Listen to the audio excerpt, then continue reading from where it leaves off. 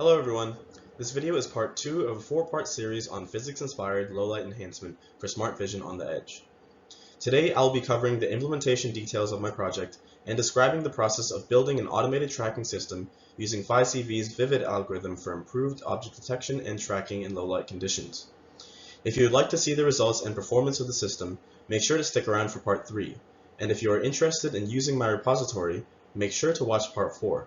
In which I'll present a live demonstration of real-time PhyCV on the Jetson Nano.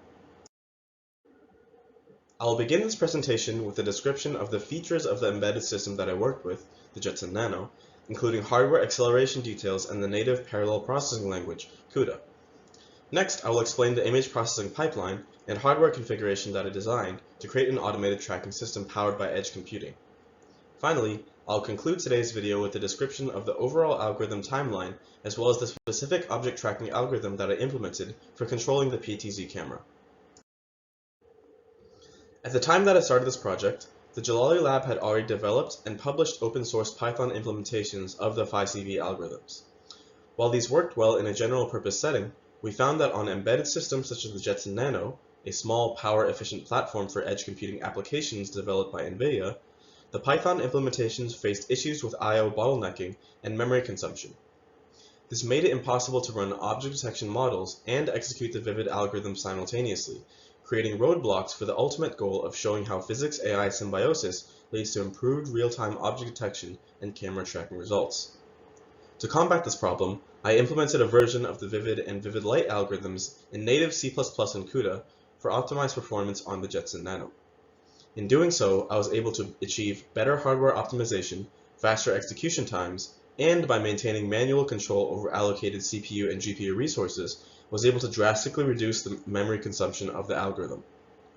Noticing that the Jetson Nano is actually quite modest in terms of GPU compute, it only has 128 cores, whereas the latest GPU models have over 16,000, this hardware-optimized version of the algorithm serves as a good proof of concept that PhyCV is able to perform exceptionally on edge devices where computing resources are limited. For those of you not familiar with the CUDA programming model, here is a brief explanation of the overall structure. In essence, the CUDA programming model is made to reflect the underlying hardware elements of the GPU. Parallel computations are done by threads, which run concurrently on the GPU.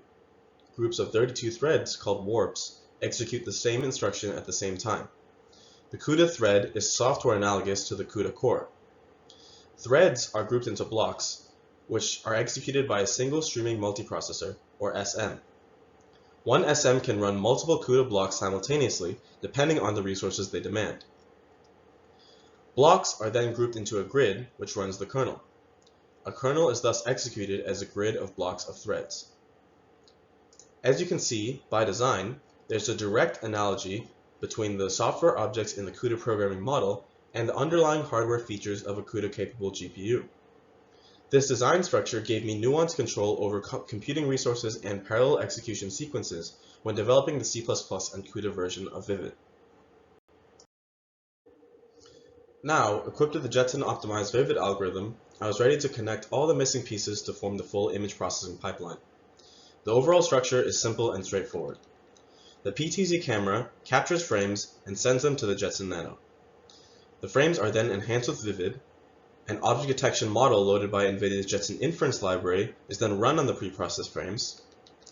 The output bounding box data is then sent as feedback control to the PTZ camera to update motor positions to center the camera frame on the detected object. Finally, the output is rendered to a display or saved to disk. Now I will describe how I configured the backend image processing APIs to efficiently retrieve and store image data on the chip. OpenCV comes with a convenient front-end video capture class that allows the user to easily get images from a connected camera. However, I found that the default video capture settings perform poorly for real-time image processing.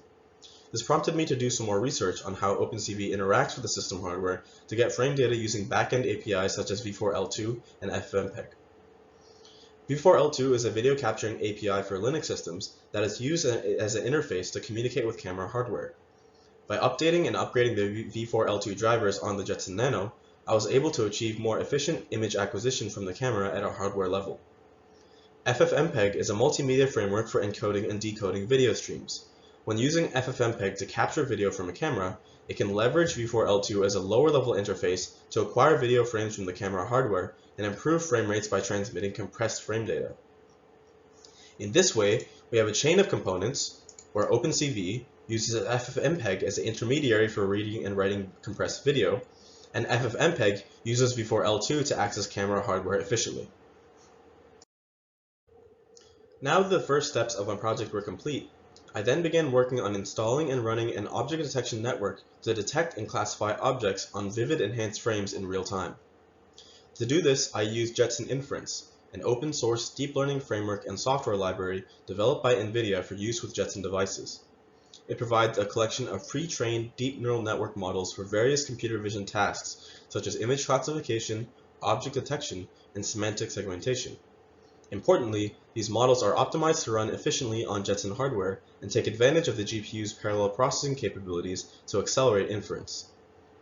Running the object detection network is as easy as cloning the repository on the Jetson Nano, configuring the build with CMake commands, and then building the library with make.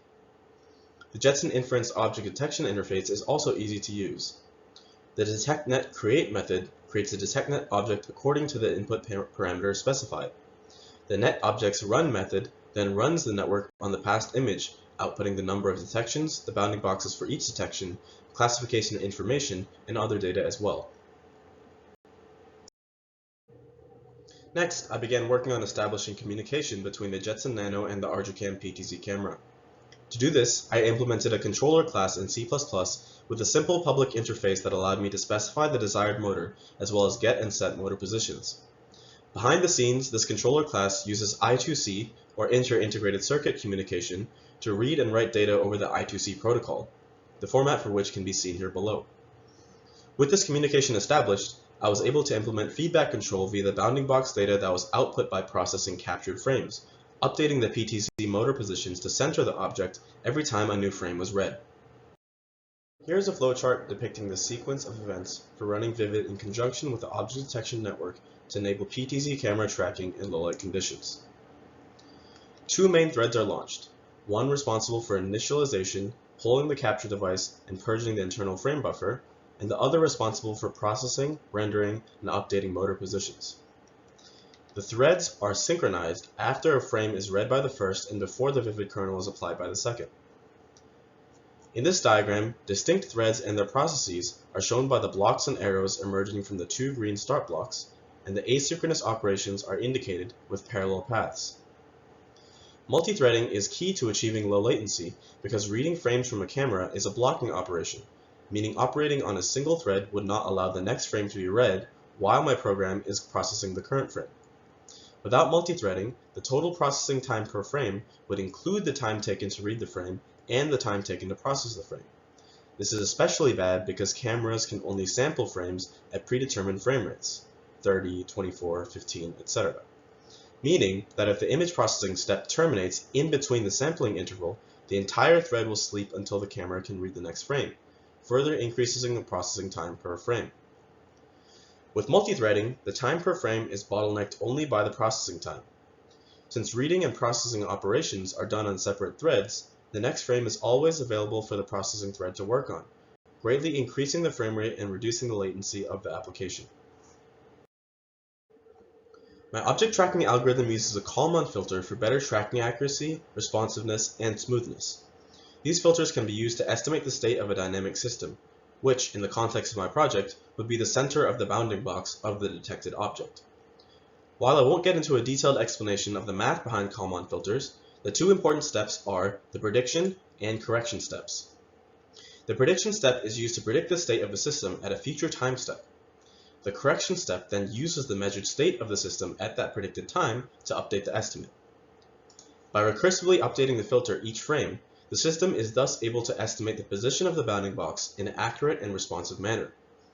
In my tracking code, I estimated the bounding box position using the Kalman filter, then used that estimated position to direct the PTZ camera to pan or tilt in the appropriate direction.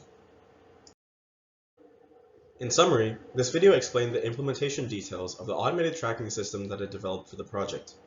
I covered the hardware acceleration of the Vivid algorithm using CUDA, the image processing pipeline and configuration, the overall algorithm execution timeline, and lastly, the object tracking algorithm.